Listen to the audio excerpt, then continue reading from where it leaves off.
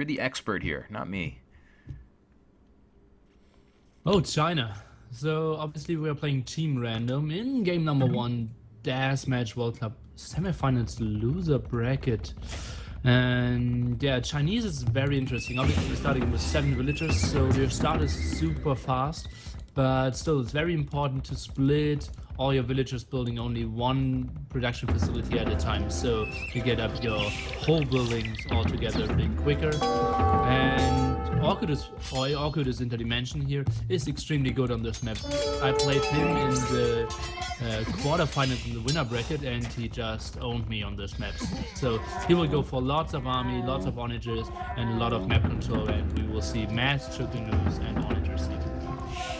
Gotcha, yeah, just looking at the distribution early, a couple more barracks on Interdimension's side in the initial stage, but both players will have 2 barracks, 3 stables each. They are building out castles, and they are both starting to get out camels to try to defend that initial rush to try to grab your opponent's vills. We do have a brief break in the game, which is probably a good thing. I could use a breath already.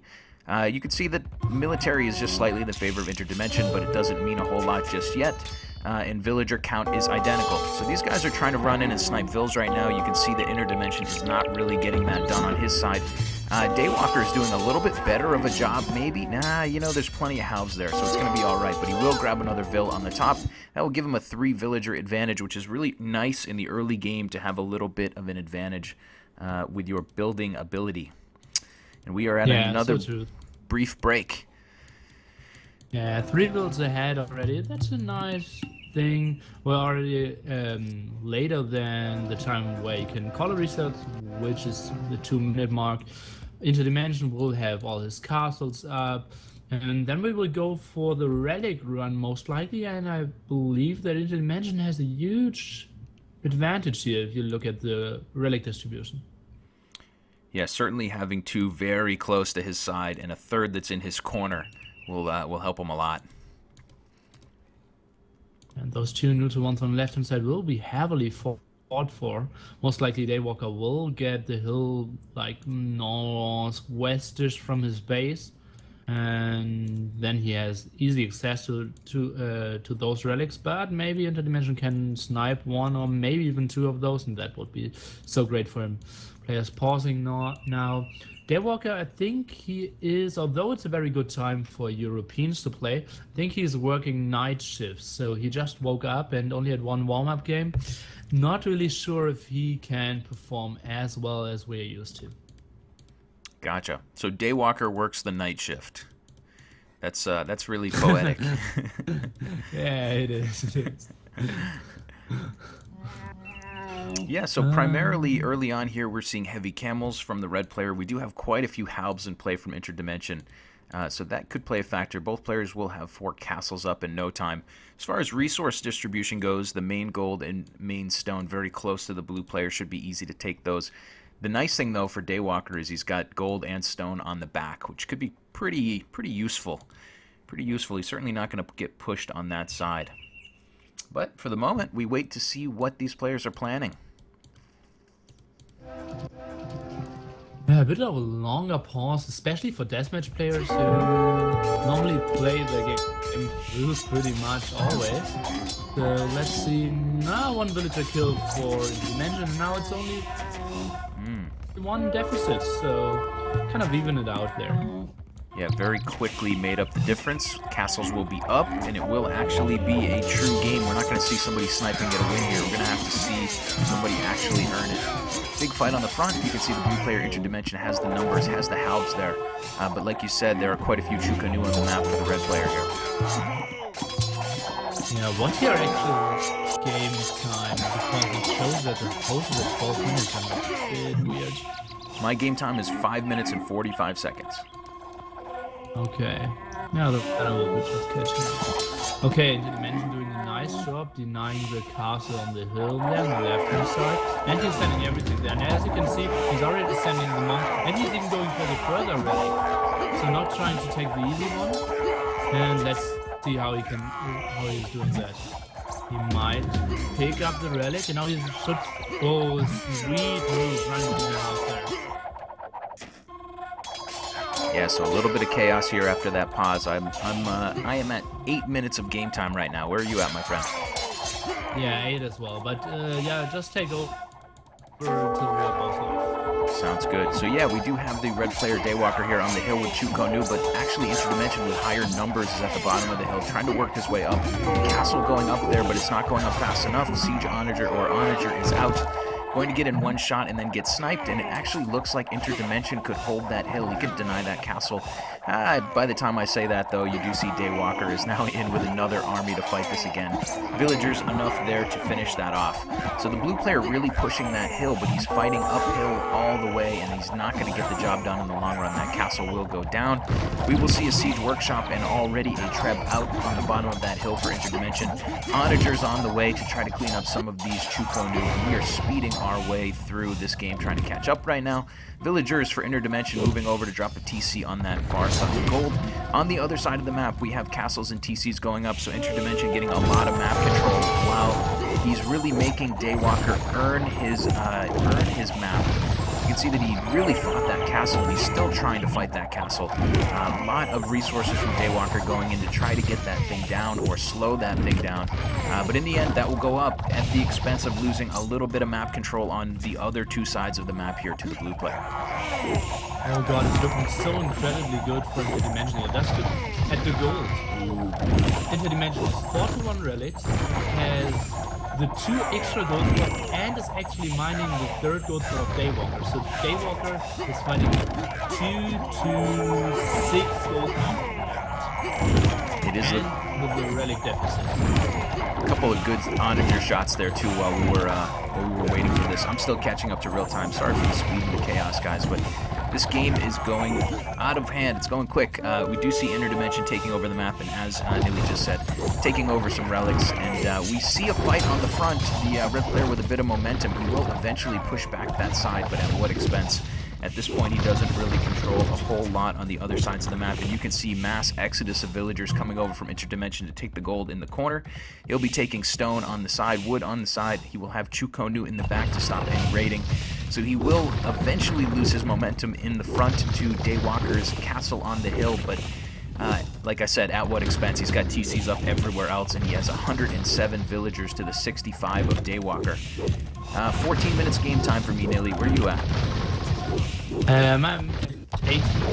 The count is now pretty high for Interdimension. That's the main reason why he's losing his push. He was up to 145 villagers there. And yeah, he's just playing the long game now and stacking gold to compare the 2 gold pounds. Catching up quickly to real time here. Absolutely a little bit behind, but we'll catch up. Rams coming in on the front. We see Siege Rams in, but they are a little bit indecisive here. Just 2 of them for the moment. Chukonu on both sides. The hill is still controlled by Daywalker. Has a couple trebs up there. Will probably get this castle down eventually, or will he? Those trebs get sniped right as I say that. And for the moment, the blue player continues to control that side of the map. If we look on the other side, we see a castle coming up here for Daywalker, trying to take over this gold on the front, which he may actually do here. Eventually has the Chukonu to maybe push that spot. But for right now, we will see Interdimension reinforcing that, catching up to real time. Sorry for the incredible speed and chaos, guys. But we will get there in just a moment. Trebs on the front, working down that TC from Interdimension. So that gold there is obviously an important resource for these two guys to fight over. And it does look like Daywalker has committed the resources to take that TC down and maybe take over this gold. But for now, Chukonu numbers are awfully similar. We will be caught up to game time in just a moment. Losing quite a few vills on, or quite a few Chukonu on the front there is Daywalker. But continuing to try to take this area over. You can see he's going into Champion now. Champion and Elite Chukonu will be there on the front. And we will be caught up to game time in just a second. Yeah, just looking at the gold now. Daywalker cannot mine a single gold mine anymore. He got his first and second is empty. His ore did run dry. The 3rd one is still in control of Interdimension. He has 2 neutral ones, and he only has like less than 2k, now even only 100 gold left. So yeah, Daywalker needs to push now, or he will have not a single chance to ever get back into gold. And Interdimension has 6k stacked up. Yeah, absolutely. A huge difference. Like you said, the amount of gold here. There's 2 villagers on gold, 52 gold collected there for the red player. So huge, huge disadvantage. Trying to get a castle up on that northern gold pile. There's just a 2 tile of gold there. You can see there's an onager there that could snipe some vills, but it does not look like Interdimension is focusing there just now. That castle will go up, so we could see Daywalker control that gold here eventually. He's also pushing very heavily on the other side with many Chukonu. He will take that gold mining camp away from the blue player once again. But like you said, can he do it fast enough before he truly starves out of gold? Thank you, thank you, thank you, you so much. Yeah, and obviously, Go ahead, Neely. most of the castles are pretty defensively as well, so the moment he's trying to get those golds, he's absolutely raidable, and he can't really reinforce the north, so that castle will easily go down and get 5 traps inside, so yeah, this will be ugly. And even if he would control the north, he only had 1k gold to mine there, and now he's heavily selling food, wood and stone. Excuse me, but the prices are already very bad. Yeah, so Daywalker here trying to balance out his eco. Obviously, the map control of Interdimension is a massive, massive advantage for him. You can see he's cleaning up a lot of Chukonu there on the side from Daywalker, continuing to pound down castles with the trebs.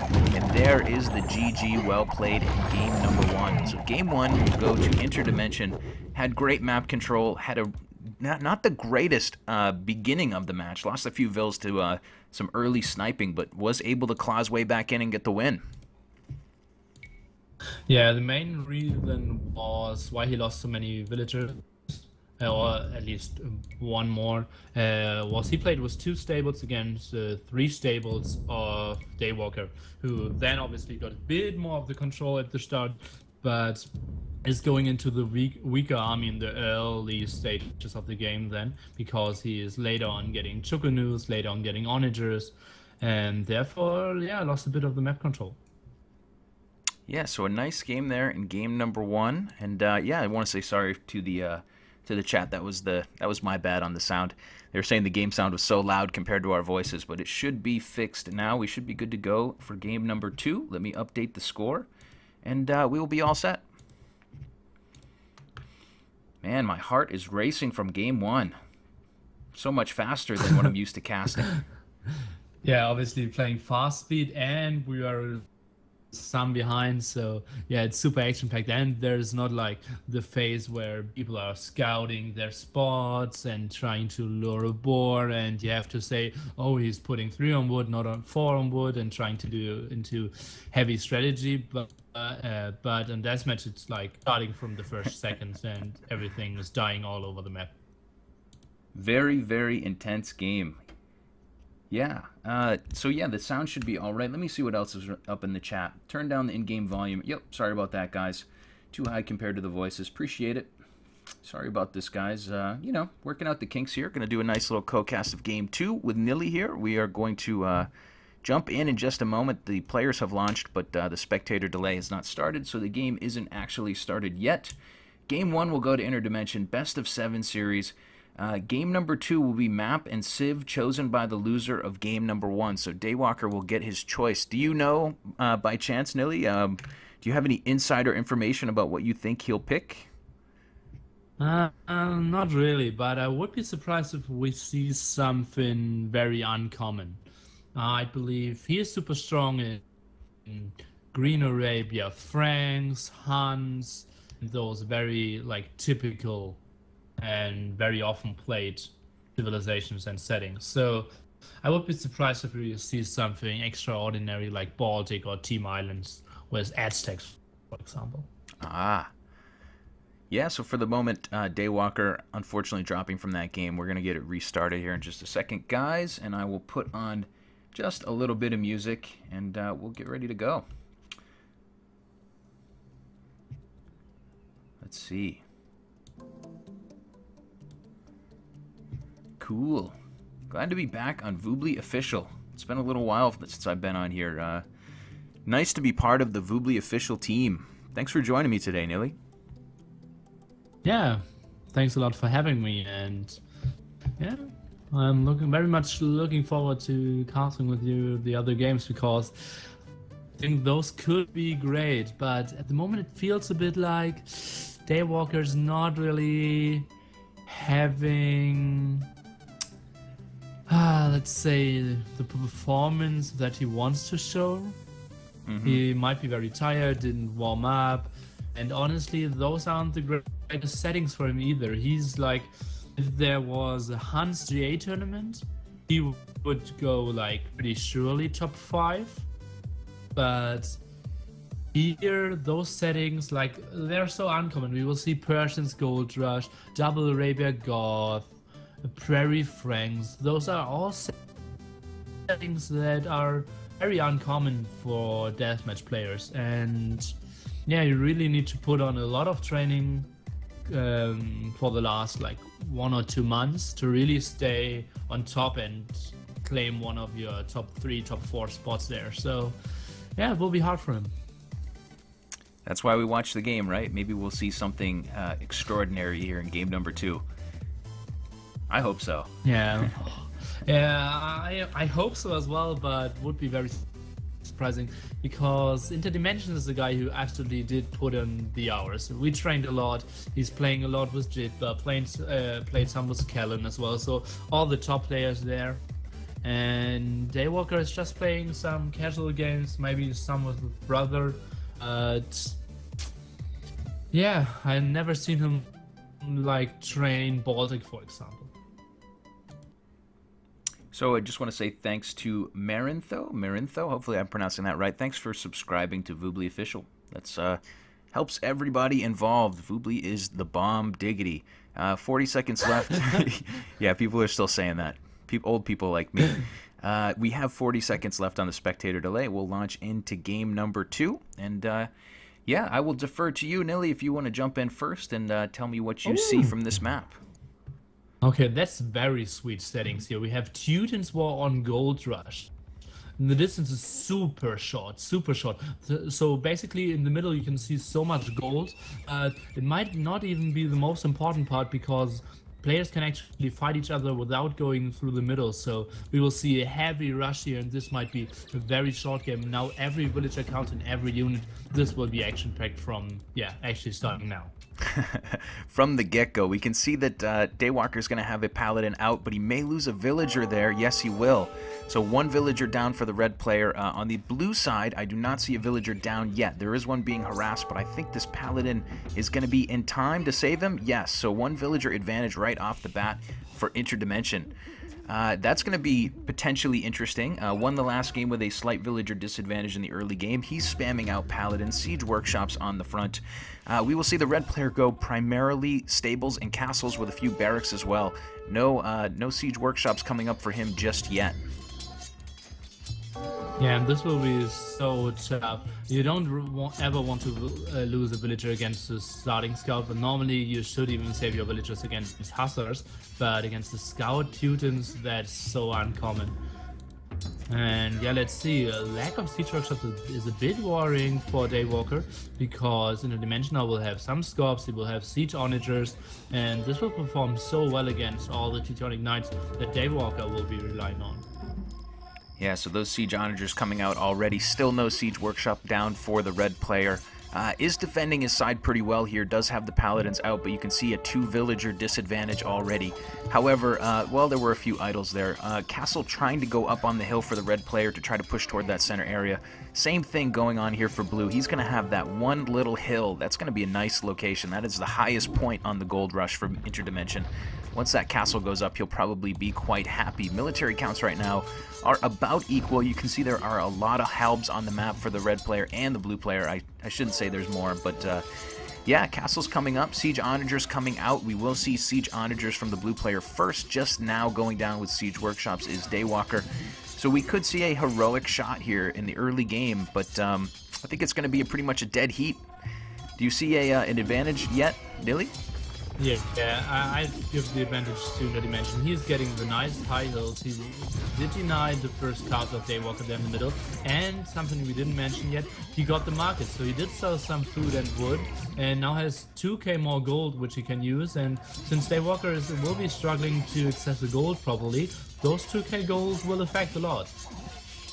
Yeah, the fight for the gold will be real this entire game, so you're right. I think having that gold in your pocket will be a really big asset, especially if you can't establish a incredibly safe area here. You know, there's going to be lots of raiding on this front gold, one would assume, but we will get there when we get there. Right now, Treb's coming out. Castle's under pressure. We see 3 castles on both sides coming up for both players. Interdimension will have his 3 up first, and a 4th potentially on the way. For now, it is denied. Trying to get a TC up in the center as well. Villager count right now is +4 for Interdimension, but we will see how that continues to roll as we go along. Siege Onagers out in the on the blue side, en masse, I should say. Has a few extra of those. Could have a couple of heroic shots here at some point. But right now we have a, I guess we have a Maginot line in the center here. We have castles on one side, castles on the other, and Trebs on both. And neither player is really making, well, I shouldn't say that. Inroads are being made. Castle going down there from Daywalker.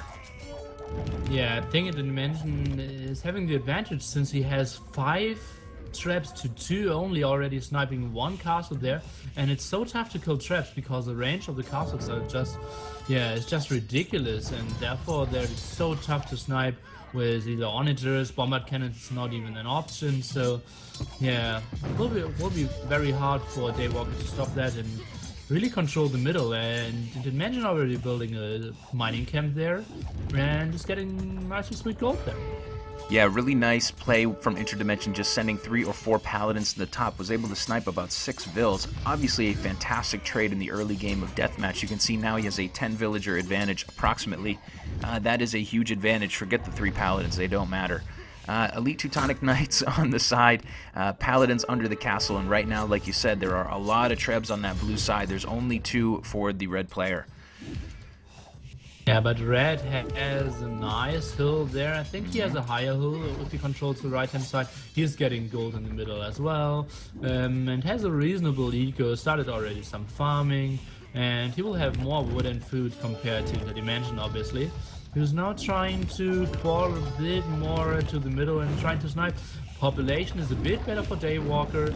He has way more military. It's 100 to 60, and now he's sniping some onagers and some traps. That's very good for him. Oh yeah, he's gonna grab 3, 4, 5 onagers and 2 trebs there on the front. 2 more trebs on the side. Maybe a oh man, that is a huge investment that was just lost there by the blue player Interdimension. So certainly Daywalker is alive and well. His castle is on fire, but so is this gameplay right now. He's going to start creeping forward because he has that larger army.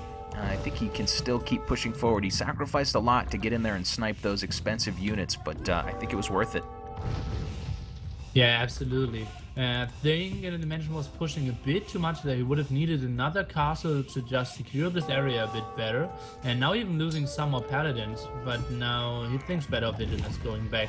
Trying to snipe a bombard cannon there, but nice defense there by Daywalker. And yeah, he's doing everything right. And now the attack expands from only being in the middle to the north a bit. Yeah, so up in the north, I am watching that too. Interdimension just got his castle up. He was able to deny the castle from Daywalker for now. He's also running down to the south with more paladins, so he is more intent on raiding, and it does seem like maybe Daywalker is a little more intent on winning the center. We will see whose strategy works better. Obviously, execution is the name of the game, but we can see now that that castle from Daywalker has been deleted. That TC in the north is under pressure, and he has not really diverted any army to go and fight in the north just yet. In the south, he has cleaned up Interdimension's aggression. You can see that he's taken that down with Halbs. In the center, we still have paladins trying to run in and snipe trebs. It does look like the red player has a pretty massive military advantage there, at least for now. Lots of trebs, but many paladins here that could run in eventually. Yeah, but paladins sniping traps when the enemy already has halberdiers and Teutonic Knights prepared. This will be ugly for sure, but onagers would be great to snipe there, and he's doing exactly that, sending some bombard cannons and traps, and now returning the favor. Several trebs going down there very quickly. Don't blink your eyes. This game might end before you open them again. Lots of trebs going down. Siege Onager fight on the front. Those Teutonic Knights are there, but they're not in the mass that they were before. Right now, let's see. What do we have for villager counts? 130 for Interdimension, 100 for Daywalker. Daywalker has lost that whole land in the north, all of that farming investment that he had. And for now, we see blue paladins sort of running through raiding in the shadow of these castles. They have no fear of that arrow fire for the moment. So the red player holds the middle, but it does seem like a little bit of momentum behind Interdimension right now. Oh yeah, but the Daywalker is overproducing bombard cannons, if you ask me, because bombard cannons can't kill castles in Teuton's War, and now those paladins, oh god, 5 paladins rushing in to kill the bombard cannons, and those onagers maybe. Ah, there we go. Sorry about that pause, guys. I clicked on the wrong thing there. Okay, mining camp coming up on the front there for the red player. He's going to still try it, but like you said, paladins trying to run in. They will snipe a couple of these bombard cannons. They will not get them all. They will eventually get cleaned up. Military counts are pretty much dead even. Lots of siege still alive on the red side, but it does seem like Interdimension has a nice little working area. You can see he's been happily taking gold in the shadow of that castle for quite some time. There's a good 20 villagers there who are working happily. Interdimension creeping from the top, but now it is time for him to pay the piper. You can see Daywalker's coming up with quite an army, and he should be able to clean this all out very easily.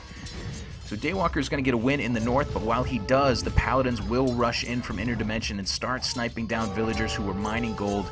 Villager count is dropping like a rock right now. 68, 67, 66 vills for the red player, 137 for blue. So we are seeing Daywalker winning a fight in the north, but losing the overall villager war right now. Significantly behind on villager time, and I would imagine significantly behind on gold mining. Yeah, he's 1,000 gold less mined. Go ahead, Nilly. Yeah, and at the moment, like, the clock is ticking so much in favor of Interdimension. He is building more castles, controlling the middle. He has like 30 villagers actually working, mining gold there. And Daywalker, yeah, is struggling to get any resources at all. Oof, this might be GG pretty shortly. Yeah, and there is the GG from Daywalker. So Daywalker will GG out of game number 2. Interdimension will get the win. Excuse me, for the second match in a row. Yeah, in that game, Interdimension had a firmer grip in the early game. We did see Daywalker making a pretty big push during the middle of the game on this central gold location, but he could never really stop Interdimension from mining. Interdimension mined that southern area of the gold pile the entire game. And that was really a huge difference for him. You can see he mined, let's see... Oh boy, let me look at the achievements. Collected a lot of gold, that's what I mean to say. Yeah, I think the difference was more than 5k, and kill statistics was pretty brutal as well, if you take a look at that. Oh yeah.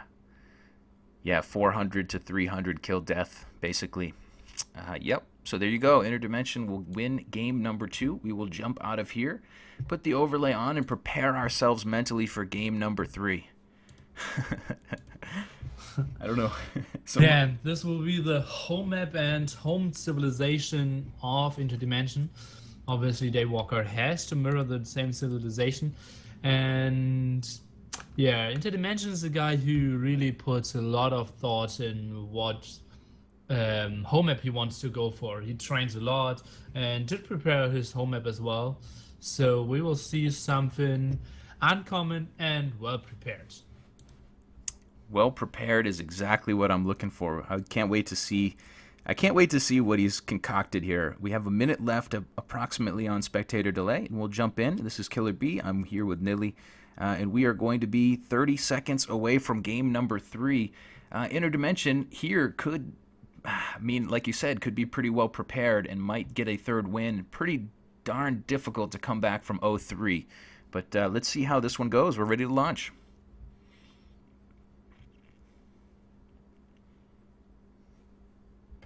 And we're playing game number 3, Deathmatch World Cup, Interdimension against Zunu Daywalker, loser bracket semifinals. And we have the home map of Interdimension, which is Goth on Double Arabia. So we will see huge amounts of units streaming any second starting. And players will max out so easily, will control the map, and we will see huge kill counts, like, starting pretty soon.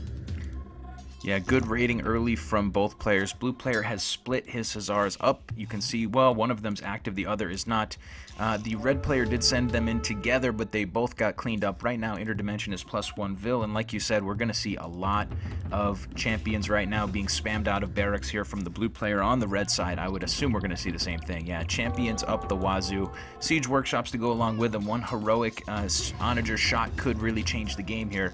Castles on the right side for red coming in. We do see the first barrage of champions walking in, but they're not going to get a lot done. Daywalker is ready for that. Here comes the spam across the map. Some heavy scorpions in play from the blue player. And we will see one heck of a game here. Should be hard to keep up with. Should be interesting. Yeah, we will see fights all over the map. It will be super tough to really take all the fights, but yeah, I think we should mainly focus on the main fights at maybe the right hand side or left hand side, or maybe even some in the middle. So yeah, just for some time time to time look how the eco is going, and I will try to look at the resources and such. Yeah, one thing I noticed right off the map at first blush here is that Interdimension is on the offensive a little bit more, a lot more than the red player. He has units on the left side trying to do some damage and push. He has units on the right side as well. Look at the population. Look at the overall population. This might be a very quick game. Oh my gosh, how did that happen so quickly? He just outproduced it. Wow. Good call. That population is way, way out of whack. Villagers right now are 25 to 12 in favor of Interdimension, but the population is massive, 160 military to 40. There's just no 40 units in the game who can hold back 160 champions with a couple of heavy scorpions behind him. Castle's trying to come up here from the red player, Daywalker, but they are going to be denied. He's being heavily raided on the left side. That left side is pretty much cooked, in my opinion. On the right, he's holding his own, but he is still on the defensive. He's not exactly getting the damage in that he needs on Interdimension offensively. And like you said, this game could be very, very quick. Oh god, yeah, the right hand side looks like Daywalker is stabilizing, might even soon get up his second castle there, and then he should be fine, but the left hand side is totally dead, and then there's just no chance to ever get a real food eco up, and oh god, this is even more one-sided than I feared. It's interesting that one push was so much more effective than the other from the blue player, but like you said, the massive difference in military is really a huge problem. Daywalker is stabilizing that left side with many heavy scorpions and a few castles. He will be all right on that right side, I should say, but the left side is cooked. Villagers going down left and right, 64, 65 villagers for the blue player and less than 20 for Daywalker. So this game, brutal as well. Yeah. This game looks like it could be over just right after it started. But for now, we'll see Daywalker continue to work his way in trying to get back in this game. He does have a little momentum on the right side. He will need a bit of a miracle. Just lost his castle there. But we will pray for a miracle. Yeah, praying will not really help because Interdimension is just so good and keeping the pressure on, and once you are ahead in the boss war, it's so easy to really hold your enemy back, and as you can see, Interdimension is so good spreading champions all over the map, raiding and trying to keep the food eco of Daywalker down, and as you can see, villager count, it's 110 to 30, GG. 110 to 30 on the villager count. Military count is also double, and we will see the GG from Daywalker in game number 3. So Interdimension here could run the table, playing really, really strongly in that particular game. Outproduced his opponent by almost five-fold within the first, 6 or 8 minutes of game time. Just absolutely masterful production. Yeah, so true. He trained this a lot, and his production's so good. He knows what to click first and what units to produce, and yeah, I really liked his performance and his preparation here. Yeah, that was a beautiful thing to watch. In Game 4, we will see Huns Deathmatch World Cup Green Arabia. So we will not see a pre-concocted plan by either player, which we may have seen in Game 2 and 3. In Game 4, it's going to be a straight-up Huns war on Green Arabia Deathmatch style. But for the moment, we wait for these players to go. Go ahead, Nilly. Sorry. Yeah, this is probably the most played settings in all Deathmatch. I believe, like, it feels like 50 to 60% of all deathmatch games ever played are on 1v1 Hans Green Arabia. So both players know this map in and out and are absolutely top tier players here, and this should be a treat, this game. I'm looking forward to it. Hopefully, for the sake of entertainment, we can see Daywalker win a game or two here and keep this one going. But right now, absolute dominance from Interdimension. Beautiful play. Yeah, so let's take a break here for a second. Not a break, but let's take a moment. Right now, the players have not launched this game, so I'll put on a little bit of music for us. I'm here with Nilly. This is Killer B. We are enjoying some Deathmatch World Cup action here. Obviously, Daywalker and Interdimension are the names on the scoreboard. You can see the score. One game away from elimination is Daywalker, and we'll see if he can claw back and win one. Win one for the Gipper, right? Yeah, it would be great. I don't know who the Gipper is, but hopefully he can win one for whoever the Gipper is. But yeah, thanks for being here with us, guys. Glad to see some folks here hopefully enjoying the cast. And in a moment, we will jump into game number 4.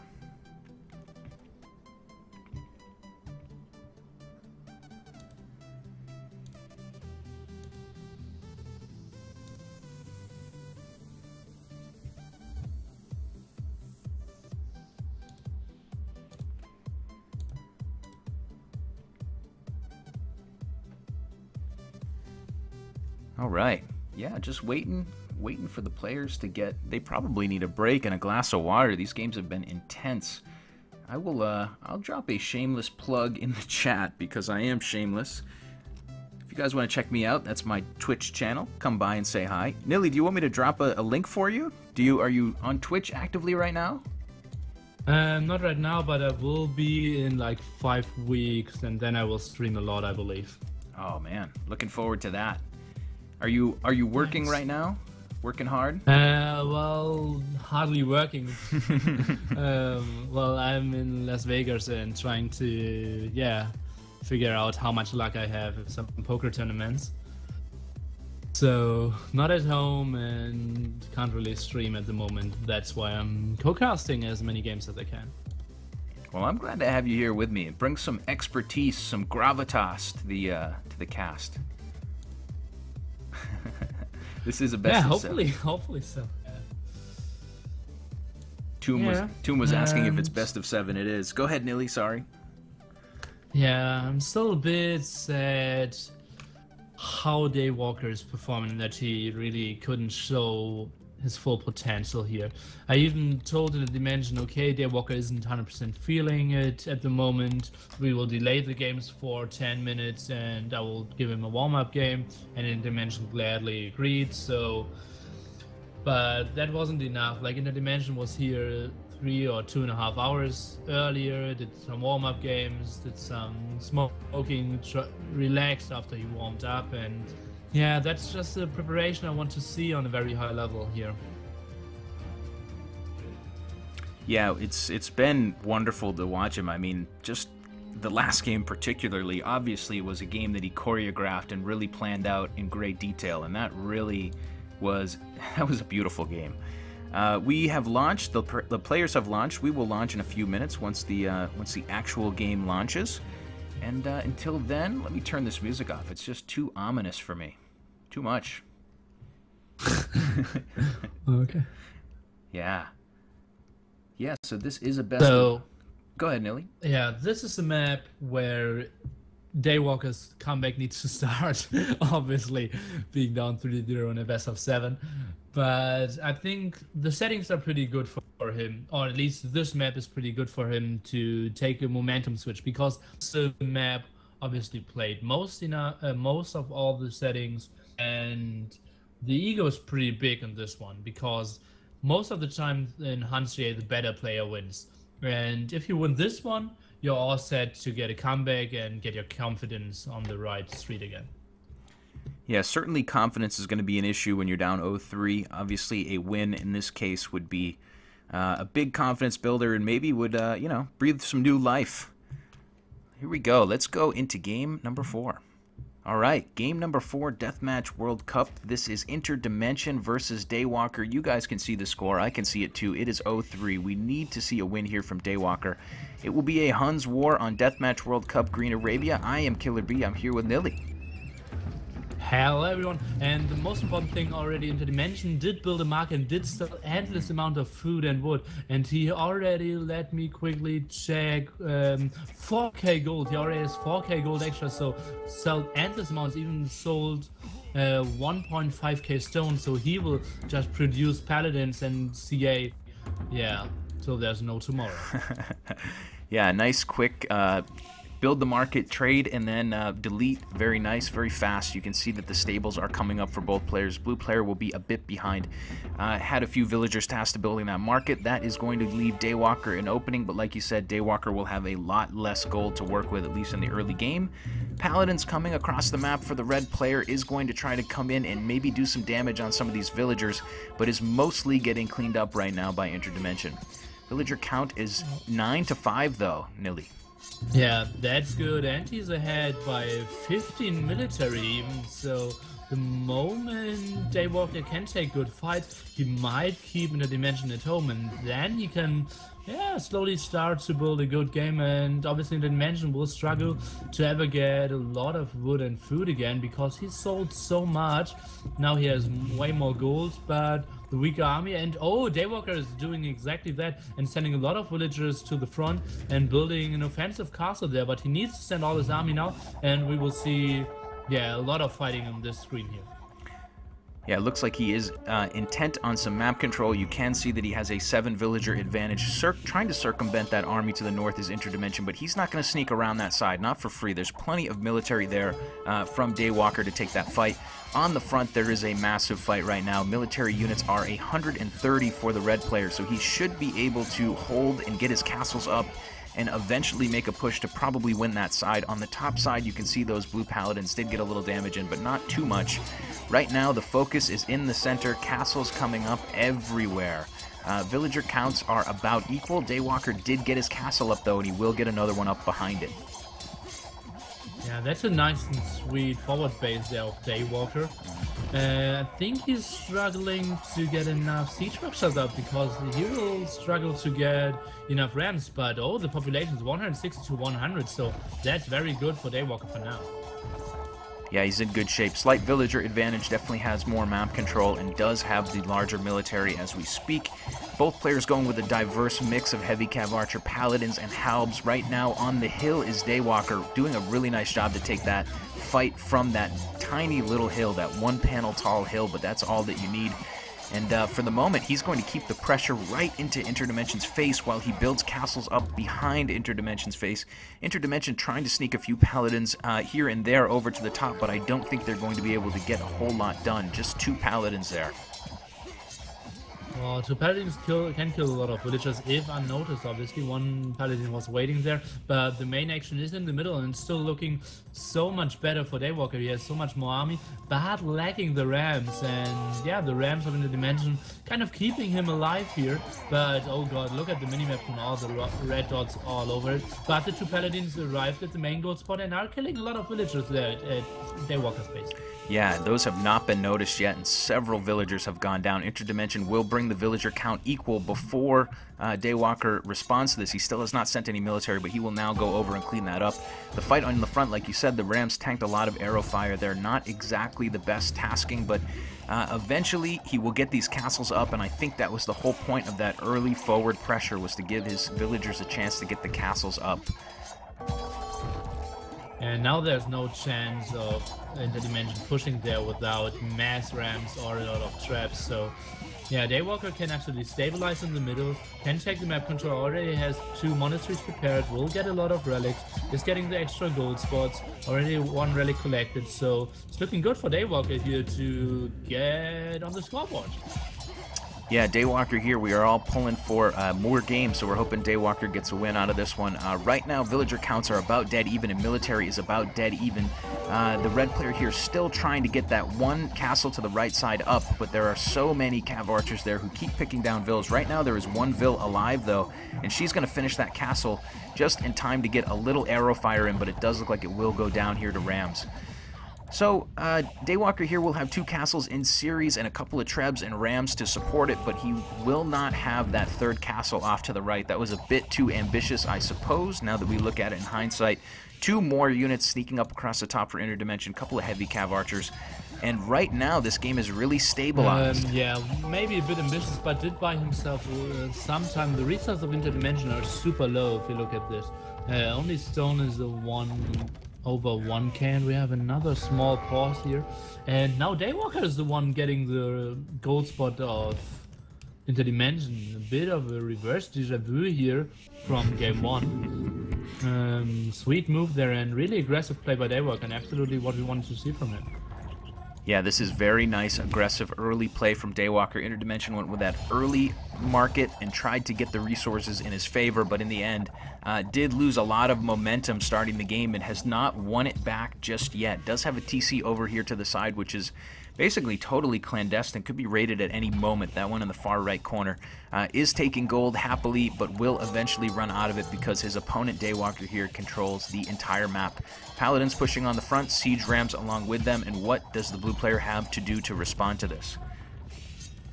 Well, the moment he's just trying to get his castle up, trying to get a good army, and it's just, yeah, if you get mass paladin and a lot of heavy CA, you can hold, but now Interdimension is the one running out of rams, and therefore with all his castles, and GG, well played, 3-1.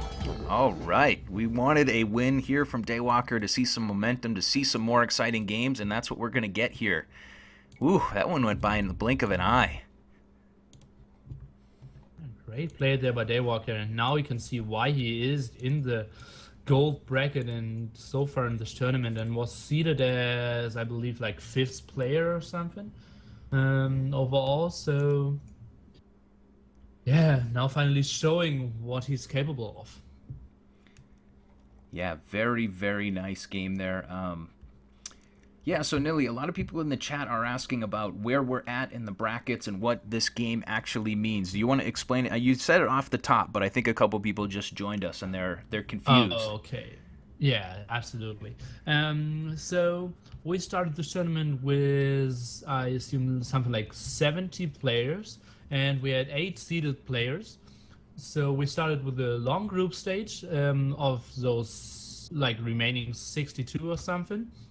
And it went, so we get 32 players. We had another bracket, and players out of those brackets went into either the gold bracket or the silver bracket. And now the top 8 players are still in the gold bracket, and we already lost 2 players, so we are in the round of 6 in the gold bracket, playing for 1k first prize.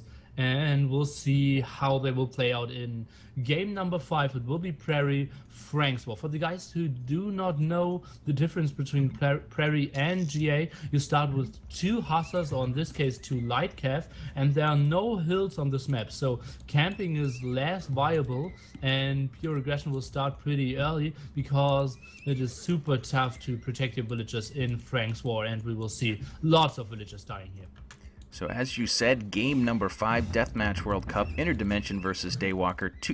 We have Light Cav here coming in 2x2 from each player. We will see Paladins in defense, and who snipes the vills early on here could be very important. You can see that Daywalker did not get a villager sniped down. On the other side, it does look like the blue player could get one. Yes, he will. That will be a pretty decent advantage for him. 1 extra villager to do that early game building. And that advantage will hold, at least for now. Paladins from both players, stables up pretty much everywhere. A couple barracks mixed in as well. As you said, no hills on this map, so we will see a flat ground fight. We will not, we will not see the circumstantial castle on the hill. And for now, players just trying to run in and raid. You can see that they're actually not running into each other in the center. One's going high and one's going low here. Daywalker seems to have the bigger military early on and does. Yeah, bigger military isn't too important because he can't really fight instantly, but he can raid villages, and that's what both players are absolutely great at and absolutely aiming for. So we are now down to 6 and 7 villagers again. So already lots of villagers went down there. I believe 4 or 5 villagers for both players went already down. Yeah, Interdimension now on 4 vills, so he's now on 5. 5 to 8 vills right now. That could be a big advantage in the long run. Both players starting to mass up quite a few paladins on their own side. A couple of halbs on each side as well. So we will see these guys stabilize the early raiding here in not too long. Castle's starting to come up. You can see that the red player here is going to have gold on the front, which he wants to protect with 2 castles there. The blue player, Interdimension, will have the main gold there is on the front. There's another gold pile in the back area that he can take. And look at this mass of paladins coming forward for Interdimension. Yeah, obviously, Frank was absolutely paladins to the start. Yeah, do you see Daywalker sneaking those villagers right past, though, and walking right up to the front door of the blue player? Oh, maybe another forward base and push is coming up because he wants to take this area there, but that's very, very ballsy, I have to say. Oh, absolutely. He's going to delete that and walk back a little bit. He did win the fight on his side, so those villagers will go back. They were not discovered yet, but I think Interdimension would have certainly found that castle. You can see that Daywalker is running to the corner, dragging a big army behind him, so nice little play there to keep his opponent busy. And we will see Daywalker walk back and get a castle up, but lost a lot of building time. We'll have 2 castles bracketed in the middle. Villager count right now is +3 for the red player, and we will see another big fight. Both players pulling back, and we're going to see a big fight here in a moment. Yeah, big fight incoming pretty soon for sure. But the way Interdimension absolutely struggling to get to see us up, still only at 9 villagers at the 7-minute mark, and getting ready to this main gold spot, but the main fight is in the middle. Elite throwing axemen on the field. We do see 3 villagers from Daywalker trying to get this castle up, but the paladins will get in and raid and probably pick them all down. Still 1 villager building who might get that southern castle, and 1 villager might get that northern castle up. It just takes 1, baby. Yeah, but Interdimension too good and focusing and killing both of those, so he is buying himself some more time, but now Daywalker is sending more army, and this should clear it up, should send some more villagers, and then should control this middle area there. Interdimension on 8 villagers right now. I did not see the raiding that's been happening, but clearly there's been some good raiding. Yeah, absolutely. The raiding was very big at the start, and then he tried to get up some villagers at the main goal spot and was denied there several times, even again villagers dying at the main goal spot there. So he's again down to 8 villagers, 7 villagers even at the 10-minute mark there. 7 villagers to 24, really nice raiding. We saw about 8 paladins run in there. They did all go down, but they grabbed probably 3 villagers, which is, at this point in the game, seems very important. Castle's still coming up, siege workshops building forward, and like we said, Daywalker might get some confidence from that win, and does seem to be playing with a lot of momentum and confidence in this game. Momentum indeed, now has a nice amount of X-Men, and X-Men are so cost efficient in this wars. Obviously they easily out-counter halberdiers, and they don't perform too poorly in big numbers when fighting small numbers of paladins. So yeah, it's looking good for Daywalker here. Has a popular lead by 30, is getting a lot of the map, is getting extra resources, extra relics now, and has so much map control. Yeah, he will get that second castle up. It did take him a little while. You can see all of the red and blue corpses strewn in front of that castle, but in the end, it will go to the red player. Some counter raiding here from Interdimension coming in from the north side of Daywalker's base. Has some halbs and a couple of paladins, but the red player does seem to have enough halbs in defense. The villager count is not going to be equalized by just that small army right now. It is a 20 villager difference. Military difference is also about, it's actually closer to 30, 35. So a nice push from Daywalker, has the villagers, has the army, has the momentum, and is able to deal with the raiding here from Interdimension. And probably now is content to continue to take over map with castles and armies. No need to raid anymore. Go ahead, Nilly. Yeah, exactly. But raiding is still very efficient, and he is controlling 4 of the relics, so even the long run is taking for him. He's having a lot of the map control, having some paladins extra, and now sending some paladins, I believe, to the north to raid the gold spots. Let's see.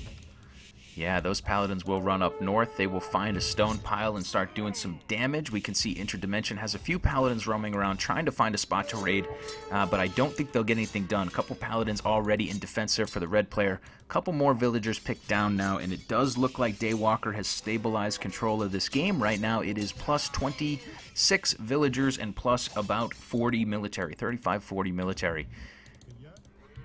Yeah, population is pretty brutal, 180 to 120, and I don't really see Interdimension having any single advantage. He's behind in military, he's behind in villages, he's behind in relics, he has fewer resources, he has less map control. Daywalker is in the driver's seat here. To me, the swagger of Daywalker was running those 5 villagers forward to even think about that castle so early just makes me think he's got to be feeling really confident right now. Nothing to lose, I suppose, right? Well, you lose your tourney life, so I actually think there's a lot to lose, but yeah, aggression won't hurt, and he saw, okay, I got a lot of villagers, he doesn't have the same amount of paladins, and yeah, if Interdimension wasn't taking care so well, he could have gotten up the forward base even more forward. And now he's doing what you want him to see, and is sending another 15 villagers there to build the castle where he wanted to build it before. Yeah, so that castle will almost certainly go down. Trebs on the front will knock down Interdimension's front castle, did knock down his front TC, has certainly slowed his gold economy. Villager count is still plus 20 almost for Daywalker, military plus 10, but we're going to see a fight. Into the big fight, and Daywalker has bigger army numbers, but he has halberdiers in his army. Interdimension was waiting all the time to mass only Axemen and Paladins. If Daywalker is holding this, he won the game, and it's looking okay for Interdimension to snipe at least all the traps, and he's doing a good fight. That Siege Onager did so much work on that side. So many throwing Axemen dead to it. Both castles are now up. They are in series so they can defend each other. Villagers are still mostly alive from that, and the red player will continue this push on the front. What a fight that was. Daywalker basically won the game there, yeah. It was a very big fight, some nice on-hitter shots, as you already said. And now, this defensive castle will not live for long, I believe. And yeah, Daywalker is now in the prime position. And he even can afford some paladins to continue raiding in the north. That's something I wouldn't even have expected here.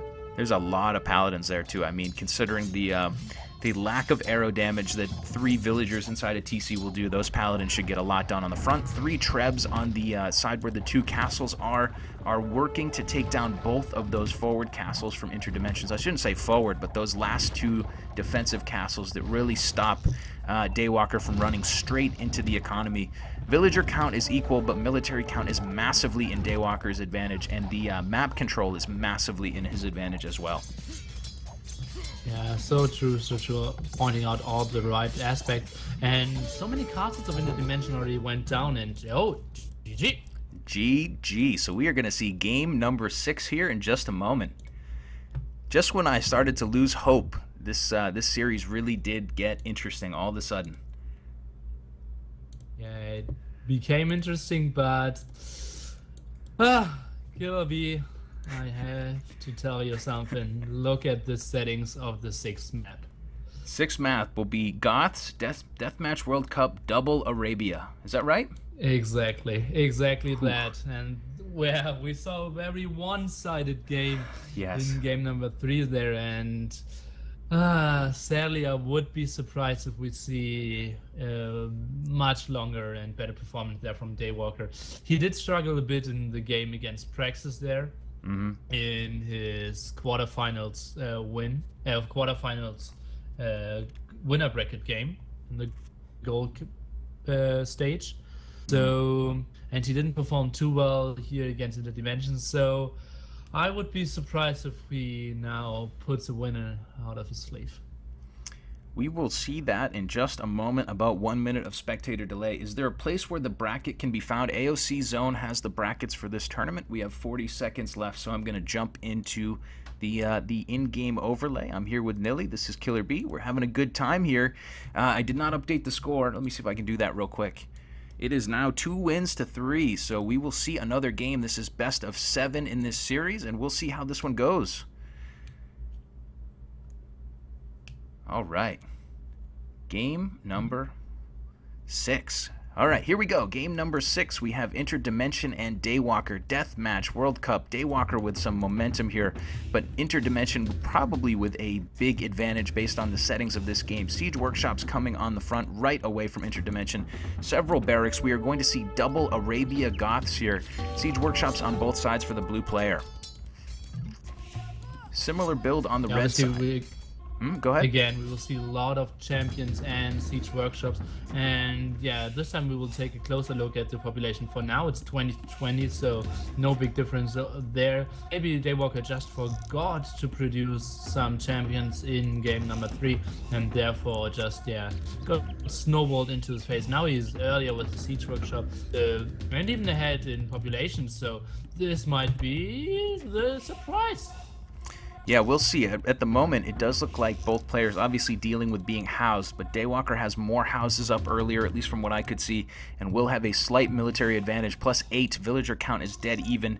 We saw Interdimension go on the offensive the entire game the last time these guys played Goths on Double Arabia. In this game, we do need to see Daywalker defend better or go on the offensive himself. First bastion of champions coming in. We do again see heavy scorpions, and for now, the red player will hold the top side and the bottom side.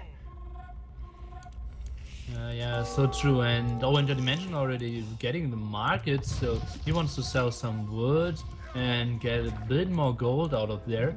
And now you can see Daywalker is so much quicker with getting up his castles, defending, and he is at top 140 against 150, so he will survive for now easily. But Interdimension is doing a good job already controlling so many more flanks. He's trying to raid, defending the middle there, and yeah, it's just like thinking about the longer game, and Daywalker was more scared and trying to survive first. Couple of champions from Interdimension roaming around right up the gut of the defenses of Daywalker, and he's going to grab down a few more vills. Villager is dead even. The villager count is dead even. Military is awfully close, but it is +10 right now for the blue player. Heavy scorpions out on the field trying to cut through those ranks, but you can see Interdimension. If you just look on the minimap, he is running right up the gut, while his opponent Daywalker is kind of attacking more in the north than anywhere else. Seems to be trying to raid that north side. Yeah, and that's not very important. There's only one small gold pile with some stone, and the most of the resources are pretty much either in the left-hand side or in the middle of the dimensions, so the attack in the north isn't the most important one.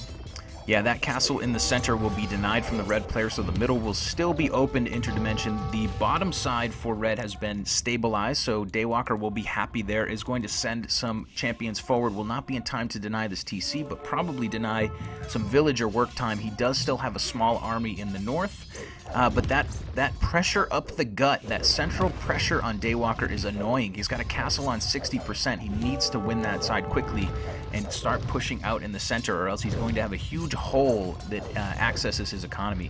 Looks like he has cleaned that aggression up from blue.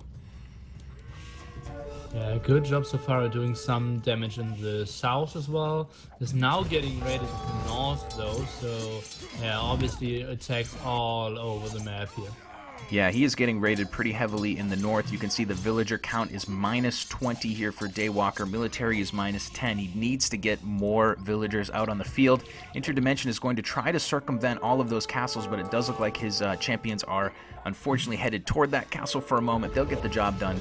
They may do some raiding in the north, but right now it's heavy scorpions en masse in the center. Or at the bottom, I should say.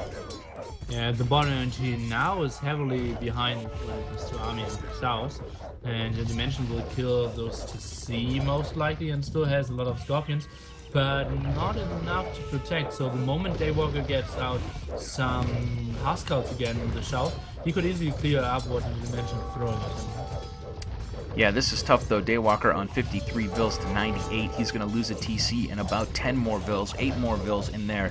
He does have the center under control, but he's maybe overcompensated a little bit. He has a huge army there. He's being raided through the back door just by 4 champions, so that will probably be okay in the long run. And it looks like we have a brief break in this one. Okay, we're back.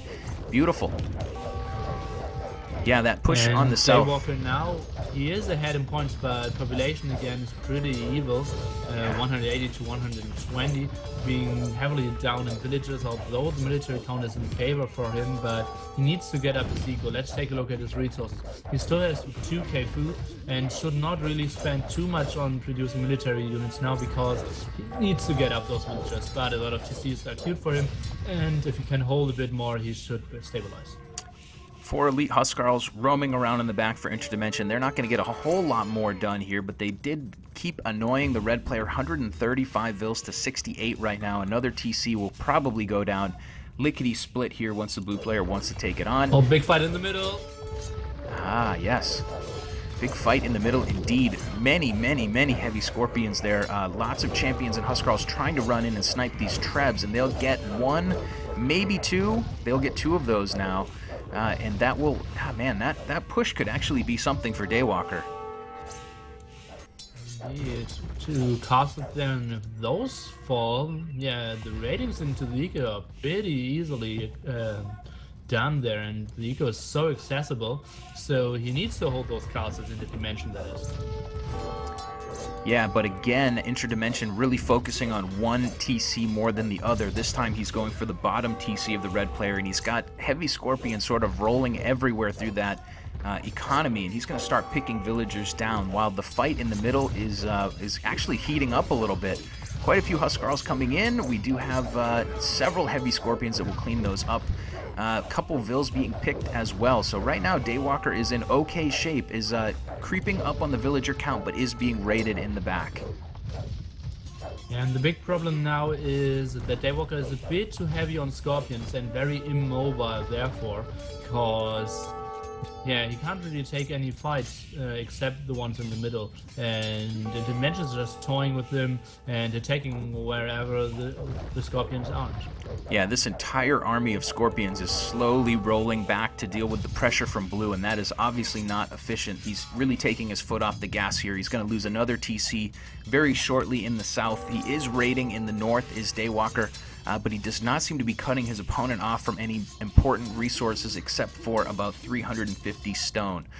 So right now this is a really bad situation for Daywalker, but he does have to bring this army back and clean up Interdimension's army in the back.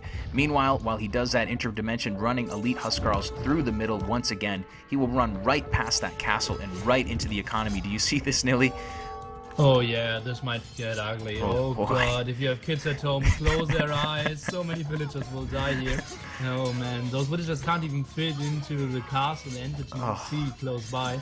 And the Dimension is getting so many villagers. Jesus. So many villagers cut down. Right now the advantage has swung back to 20, and it will soon be 30. Huskarls just happily just chewing up those villagers. Right now it is 26. The aggression has been cleaned up in the middle, but a few Huskarls still remain. They are still doing a good job to idle 26 villagers here from Daywalker. So Interdimension, once again, doing fantastic raiding this game, and he will be raiding even more Huskarls to the south. However, you know, Daywalker is still alive in this one, does have enough villagers to make something happen, but like you said, those heavy Scorpions are so slow in the middle, just slowly rolling around the map and not really doing anything to offensively or defensively right now. Yeah, they could defend obviously, but Interdimension's just running around raiding, and another troop of Huskarls coming in the south, one in the east, raiding again, and oh god, the villager death count would be so evil in this game for sure. And yeah, Interdimension's just doing a great job of attacking at like 3 or 4 different spots at the same time. Raiding on every single side, and seems to be choosing a nice group of units to do so, like about 8 or 10 units, usually Huskarls because of their speed, I suppose. They are running in and doing some good damage. Yeah, speed, and obviously they are better against TC or Castle Fire, but Daywalker, since he so heavily tried to survive at the start, did build all his castles at the front, and now is struggling to have enough stone or time to build all the castles in the back and prevent the raiding.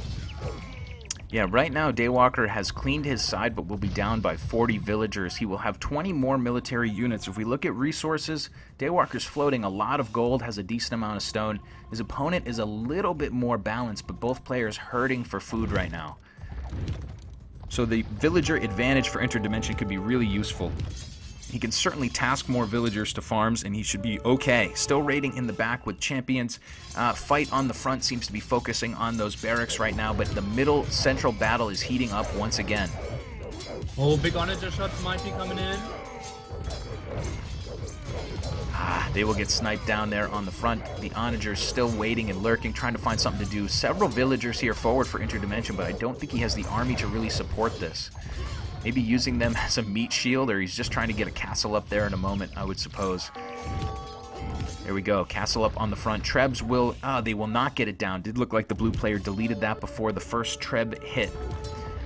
Very good Nice timing. points there. And at the same time again, ratings in the south, ratings in the east.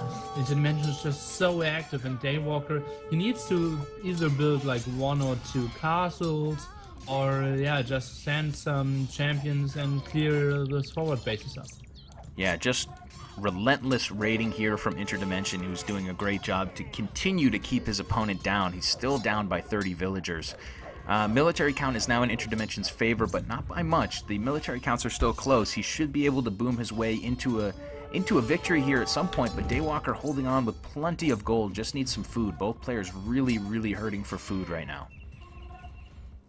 Yeah, that's the truth. Since Daywalker is fighting against Huskals and Scorpions all the time, obviously the Dimension is running out of gold at one time. So if Daywalker is able to just stay alive for like 15 or 20 more minutes, the Dimension should have 0 gold, and so much gold inefficient fights would really hurt him in the long run. Yeah, that is going to be a real challenge, though, staying alive for that much longer. Right now, this game is, it's been fast and furious here for the first, but hey, we made it to 27 minutes finally. Yeah. This is the longest one. Might be, yeah. The Chinese one wasn't might be the longest game of them all. Yeah, we're only in like 70 minutes and we're already in game number 6, so the games could not be very long for sure. Now another big fight in the middle. The Dimension was like a 180-degree attack there, but nice defensive. Ooh, a couple of really good onager shots there. The Scorpions are cleaning house, and the red player here will win the day. He needs to get forward and snipe a few of these trebs if he can.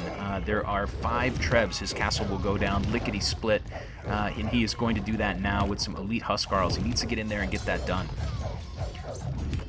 Right-clicking them, let's see, 1 trap down, 2 traps down, and the others will go down as well once Daywalker is killed in the distance. I think that fight is a red herring, though. Interdimension luring his opponent into a big fight there. Look at the south.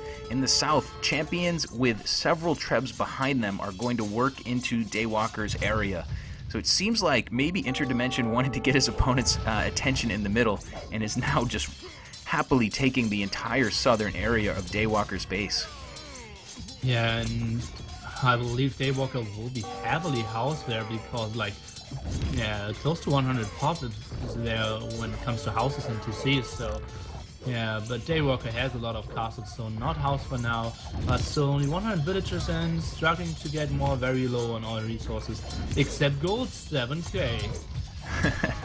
7k gold, but right now that is not what he needs. He needs the food, of course, and Treb's focusing down the barracks, focusing down the houses. Daywalker saying, hate it, LOL. Daywalker is feeling the pain right now, and we will see. For now, he's going to keep fighting, but he did want to jump in the chat there for a second. There you go. There's the GG. Good luck next. And Interdimension is, showing why he was the favorite and still competing for the first place. Interdimension being considered one of the top 3 players, and still in the run. And luckily, we saw some wins of Daywalker and some pretty entertaining games. Don't you say, Killer B? Oh, absolutely. I do want to take my cap off to these 2 players. What a fun set of games this was. So fast, so furious. I'm glad you joined me for them because I couldn't do them alone, my friend. Thanks for having me. And let's just go through the stats. Obviously, the kill statistics is so much better for Daywalker because he always was defending, could easily kill all the Huskals, and could take better fights, but the big thing is the food eco, and Interdimension was ahead by more than 7k there. Wood was so much more, gold more, and that's really why he could afford those mass Huskal ratings and control all the map.